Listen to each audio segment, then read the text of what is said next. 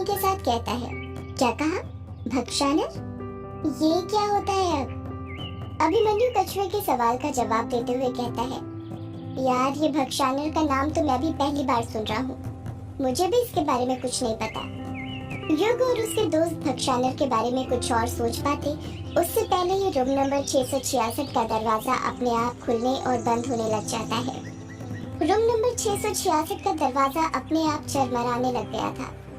कछुआ दरवाजे को देखते हुए हकलाते हुए कहता है, यार ये भक्षानर का नाम लेते ही दरवाजे को क्या हो गया?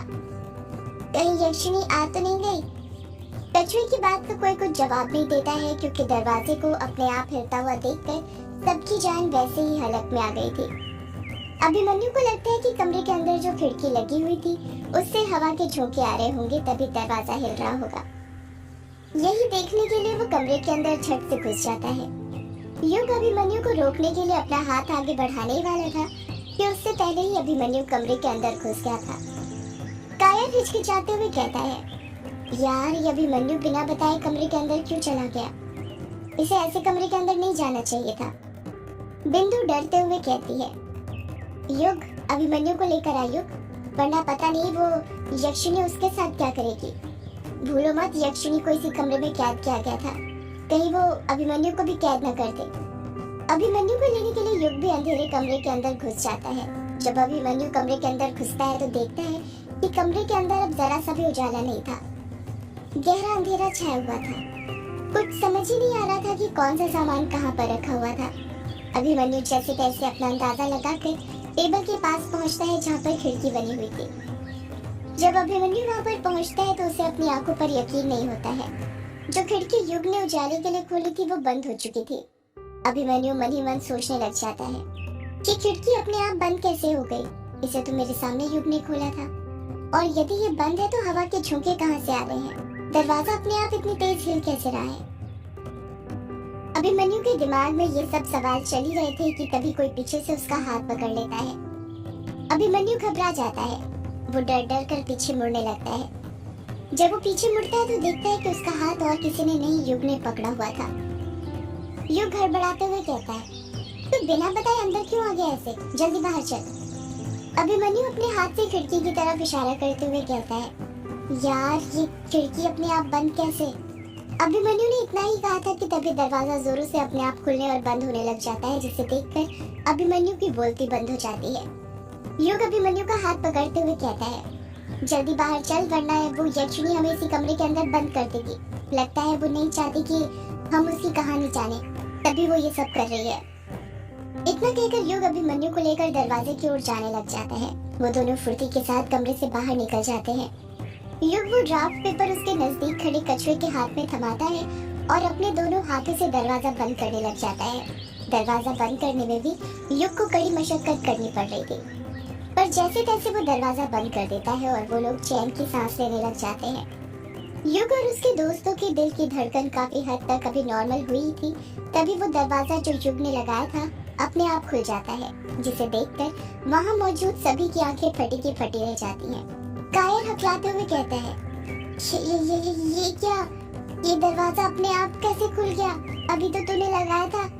ये हो क्या रहा है आज यहाँ पर? कायर ने इतना कहा ही था कि अचानक से रूम नंबर 666 के अंदर से तेज हवा के झोंके आने लग जाते हैं। ऐसा लग रहा था जैसे कमरे के अंदर कोई तूफान हो जिसमें चक्रवाती हवाएं चल रही थी। देखते ही देखते हवाओं के झोंके इतने तेज हो जाते हैं कि कछुए के हाथ से वो ड्राफ्ट पेपर छूट जाते हैं और हवा में उड़ने लग जाते हैं। बिंदु कछुए पर चिढ़ते हुए कहती है, अरे ये क्या कछुए, पेपर क्यों उड़ा दिया तूने? कछुआ उन ड्राफ्ट के पेपर को करने की कोशिश करते हुए कहता है, यार मैंने नहीं उड़ाए, वो खुद ही अपने आप हाथ से छूट गए, जैसे किसी ने खींचे हो। कछुआ उन पेपर्स को पकड़ नहीं पाता और वो पेपर्स ग्रेवयार्ड कोठी के अंदर हवा में ऊंचाई पर उड़ने लग जाते हैं। हैरान करने वाली बात तो ये थी कि उन पेपर्स में स्टेपलर पिन लगी हुई थी, पर अचानक ही अपने आप वो पिन निकल गई थी और पांचों पेपर्स हवा में अलग अलग जगह उड़ने लग गए थे। युग और उसके दोस्त भी मिलकर उन पेपर्स को पकड़ने की कोशिश तो कर रहे थे, पर वो पेपर्स काफी ऊंचाई पर उड़ रहे थे, जिस कारण वो उसे पकड़ नहीं पा रहे थे। देखते ही देखते वो पेपर्स एक एक करके रूम नंबर 666 के अंदर घुसने लग जाते हैं, जिसे देखकर युग और उसके दोस्तों की आंखें चकरा गई थी। ऐसे लग रहा था जैसे कमरे के अंदर कोई बवंडर हो जिसने वो पांचों पेपर को अपने अंदर खींच लिया हो। जैसे ही पांचों पेपर्स रूम नंबर 666 के अंदर घुसते हैं, दरवाजा अपने आप फटाक से बंद हो जाता है। तेज हवाएं जो कोठी के अंदर चल रही थी वो चलनी बंद हो जाती हैं। कोठी के अंदर वापस से शांत वातावरण हो जाता है।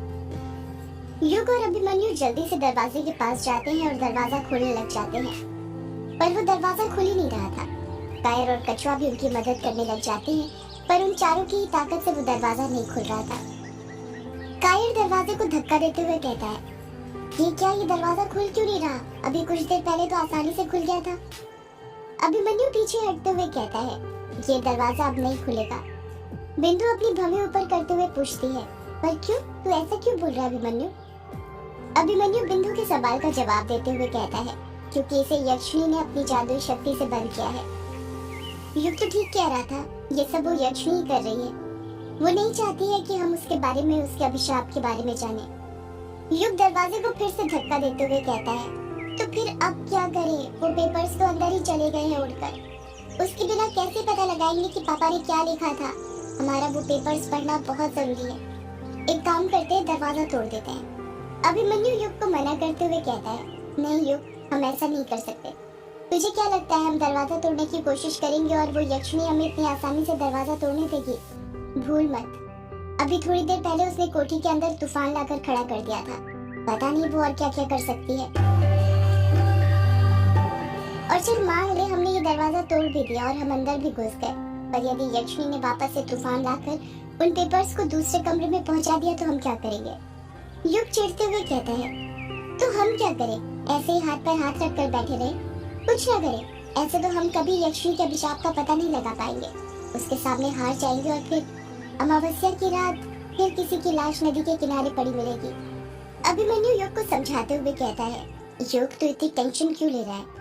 अभी अमावस्या आने में वक्त है, उससे पहले हम यक्षिणी के अभिशाप के बारे में पता लगा लेंगे। देख, मैंने तुझे बताया था ना कि शैतानी शक्तियाँ रात के वक्त ज्यादा ताकतवर होती हैं। यक्षिणी इसी चीज का फायदा उठा रही है। हो सकता है कि सुबह तक उसकी शक्तियाँ कमजोर पड़ जाए और दरवाजा हम सुबह आसानी से खोल लें। युग को काफी हद तक अभिमन्यु की बात ठीक लगती है, इसलिए वो पलट कर कुछ जवाब नहीं देता है। कायर कुछ सोचते हुए कहता है, पर यार एक बात मुझे समझ में नहीं आ रही। हम लोग इतने दिनों से इस कोठी में रह रहे हैं, पर आज तक ऐसी कोई घटना नहीं घटी, और आज घटी भी तो इतनी अजीब। अभिमन्यु कायर के सवाल का जवाब देते हुए कहता है, वो इसलिए कायर क्योंकि अभी तक हमें यक्षिणी के बारे में कुछ पता नहीं था, पर आज उसकी जिंदगी का पहला चैप्टर खुला था। हमें पता चला कि यक्षिणी जिस लोक से आई थी उसका नाम यक्षण लोक है। जब सिर्फ यही पता चला तो यक्षिणी को इतना गुस्सा आ गया। तब पता नहीं क्या होगा जब हमें उसके अभिशाप का पता चलेगा। अभी तो कहानी शुरू हुई है कायर, आगे जैसे जैसे हम उसके अभिशाप के बारे में पहुंचते जाएंगे खतरे बढ़ते जाएंगे। खतरा इतना बढ़ सकता है कि इसमें हमारी जान भी जा सकती है। अभिमन्यु की बात सुनकर कछुआ डरने लग जाता है, उसके हाथ पैर कपकपाने लग जाते हैं। कायर कुछ सोचते हुए कहता है, पर यार ये भी तो हो सकता है जो पेज बिंदु लेकर आई वो युग के पापा ने लिखे ही ना हो, किसी और के हो, किसी और ने लिखे हो। अभिमन्यु कायर की बात का जवाब देता उससे पहले युग कहता है, ये पेज मेरे पापा ने ही टाइप किए हैं, क्योंकि पापा ने मुझे एक बार बताया था कि उनका कहानियों को लिखने के पीछे का मकसद सिर्फ ये नहीं है कि वो लोगों का मनोरंजन करे, बल्कि मनोरंजन के साथ ही वो लोगों को नॉलेज भी देना चाहते हैं, उनकी संस्कृति के बारे में बताना चाहते हैं जो वो भूल गए हैं। ये पेज ही पढ़कर समझ गया था कि इसे मेरे पापा ने ही लिखा है। अभिमन्यु भी युग का साथ देते हुए कहता है, हाँ युग ठीक कह रहा है, ये पेज युग के पापा ने ही लिखे हैं, क्योंकि मैंने भी उनके 3-4 नॉवेल पढ़े हैं। इन पेजों से उनके लिखने का पैटर्न और तरीका दोनों मैच करता है। एक और बात, यदि ये पेज युग के पापा ने नहीं लिखे होते तो यक्षिणी कभी हमें ये पेज पढ़ने से नहीं रोकती। अभी तक हम वो 5 पेज पढ़ चुके होते। अभिमन्यु कायर से बात कर ही रहा था कि बिंदु का फोन बजने लग जाता है। बिंदु अपना फोन उठाते हुए कहती है, हाँ माँ, बुलबु। हाँ रास्ते में ही हूँ माँ, बस आ रही हूँ। माँ अब्दुल को बताकर गई थी ना कि आने में देर हो जाएगी, उसने आपको बताया नहीं क्या? अच्छा आप गुस्सा मत करो, आ रही हूँ मैं, बस 15 मिनट में पहुँच जाऊंगी। इतना कहकर बिंदु फोन रख देती है और युग से कहती है, युग मुझे निकलना होगा, मुझे वैसे ही आए बहुत देर हो गई है, माँ मेरा इंतजार कर रही है। युग बिंदु को बाय कहने के बजाय उससे दूसरा ही सवाल पूछ लेता है, बिंदु क्या तुम्हारे घर में और भी ड्राफ्ट है मेरे पापा की किताब के? नहीं युग, सिर्फ यही मिला मुझे मेरे पापा के सामान में से, मुझे तो पता भी नहीं था कि तुम्हारे पापा का है।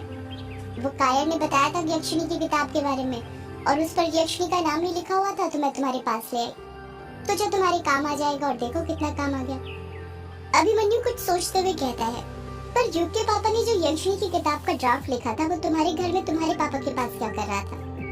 बिंदु जल्दी जल्दी बोलती है, पता नहीं, पर माँ ने बताया था कि मेरे पापा को पढ़ने का बहुत शौक था और युग के पापा भी उनसे मिलने आते जाते रहते थे। बस माँ ने इतना ही बताया था। अब मैं जाती हूँ, माँ दुकान पर मेरा इंतजार कर रही है। अगर देर हो गई तो मुझे बहुत डांटेगी। अभिमन्यु अभी भी बिंदु के जवाब से संतुष्ट नहीं हुआ था। वो यही सोच रहा था कि युग के पापा ने जो यक्षिणी की किताब का ड्राफ्ट लिखा था वो बिंदु के पापा के पास कैसे पहुंचा होगा, और मान ले यदि युग के पापा ने बिंदु के पापा का वो ड्राफ्ट पढ़ने के लिए भी दिया होगा तो फिर वापस क्यों नहीं किया था, अपने पास घर पर क्यों रख लिया था। बिंदु को देर हो रही थी, इसलिए वो वहाँ से जाने लग जाती है। कायर बिंदु को रोकते हुए कहता है, अरे बिंदु, तुम अकेले कैसे जाओगी? बाहर तो अंधेरा हो गया है। तुम्हें पता है ना, काले झाड़ी जंगल में बहुत सारे जंगली जानवर घूमते हैं। तुम्हें कुछ हो गया तो चलो मैं छोड़ देता हूँ तुम्हें। बिंदु कायर को मना करते हुए कहती है, नहीं, कोई जरूरत नहीं है, मैं अकेले जा सकती हूँ। जंगली लोगों से जंगली जानवर लाख गुना अच्छे होते हैं, कम से कम उनके मन में खोट तो नहीं होता। अभिमन्यु की बात सुनने के बाद कछुए के मन में डर बैठ गया था और कैसे भी करके वो ग्रेवयार्ड कोठी से बाहर निकलना चाहता था, इसलिए वो कहता है, बिंदु, मैं चलता हूँ तुम्हारे साथ, इस कायर को रहने दे। कायर मुंह बनाते हुए कछुए से कहता है, हाँ, जैसे ये तेरे साथ सेफ रहेगी। काला झाड़ी जंगल पार करके जाना है, याद है ना? पिछली बार तेरे पीछे वो जंगली सुअर लग गया था तो एक हफ्ते तक बेड से नहीं उठा था डर के मारे। अगर सही वक्त पर मैं नहीं आया होता तो वो तेरा काम तमाम कर चुका होता। कछुआ डरते हुए कहता है, तो फिर तू भी हमारे साथ चल। बिंदु चिढ़ते हुए कहती है, मुझे तुम दोनों के साथ कहीं नहीं जाना, समझे तुम दोनों? मैं अकेले ही चली जाऊंगी। युग समझ गया था कि कायर से बिंदु नाराज है, इसलिए वो कायर का मन रखने के लिए बिंदु को समझाते हुए कहता है, नहीं बिंदु, तुम्हारा अकेले जाना ठीक नहीं है। एक काम करते हैं, तुम अभिमन्यु को भी अपने साथ ले जाओ। अब तो जा सकती हो ना तुम कायर और कछुए के साथ। अभिमन्यु कहता है, पर युग, फिर तू इस ग्रेवयार्ड कोठी में अकेला पड़ जाएगा। युग हंसते हुए कहता है, अरे अकेले पड़ जाएगा से क्या मतलब है? मुझे इस कछुए की तरह डर थोड़ी लगता है। मेरे पापा भी तो इस ग्रेवयार्ड कोठी में अकेले ही रहते थे। आखिर मेरे अंदर भी तो उन्हीं का खून है। और रही बात यक्षिणी की, तो वो मुझे कुछ नहीं करेगी जब तक अमावस्या नहीं आती। अगर उसे कुछ करना ही होता तो अब तक कर चुकी होती। बिंदु युग और अभिमन्यु के बीच में बोल पड़ती है, अरे जिसे चलना है चलो, पर जल्दी करो, देरी हो रही है मुझे। अभिमन्यु हड़बड़ाहट के साथ कहता है, हाँ चलो। अभिमन्यु, कायर और कछुआ बिंदु को छोड़ने के लिए ग्रेवयार्ड कोठी से निकल जाते हैं, जो ग्रेवयार्ड कोठी में अकेला पड़ जाता है। रात के 12 बज गए थे और इस तरफ रोंका मुझा गांव में हवेली के अंदर रजनी अमोदिता के कमरे की तरफ अपने कदम बढ़ा रही थी। रजनी अमोदिता के कमरे की ओर कदम बढ़ाते हुए कहती है, मेरी तो समझ नहीं आता कि मैं इस नालायक लड़की का क्या करूं। बोला था इसे 12 बजे मेरे कमरे में आ जाना, पर 12:15 हो गए, अभी तक नहीं आई। आएगी कैसे? आराम से सो गई होगी। सोने के अलावा इसे और कुछ आता ही कहाँ है? जब देखो सोती रहती है, आलसी कहेगी। यही सब ताने देते हुए रजनी अमोदिता के कमरे के पास पहुंच जाती है। वहीं पर पहुंचकर वो देखती है कि अमोदिता के कमरे का दरवाजा टिका हुआ था। रजनी दरवाजे को धक्का देती है और वो दरवाजा खुल जाता है। जब रजनी अमोदिता के कमरे के अंदर घुसती है तो देखती है कि अमोदिता का बेड खाली पड़ा हुआ था। अमोदिता वहाँ पर नहीं थी। रजनी कमरा खाली देखकर शॉक्ड हो जाती है। अरे ये नालायक लड़की कहाँ चली गई? कमरे के अंदर तो नहीं है। रजनी यही सोच रही थी कि तभी उसकी नजर बेड पर बिछे फूलों की प्रिंट वाली सफेद चादर पर पड़ती है और वो देखती है कि चादर के एकदम बीचों बीच खून का धब्बा था, जिसे देखकर उसकी आंखें फटी रह गई थी। रजनी हैरानी के साथ कहती है, ये खून कैसा? सदियों से है पुरानी ये है यक्षिणी की कहानी।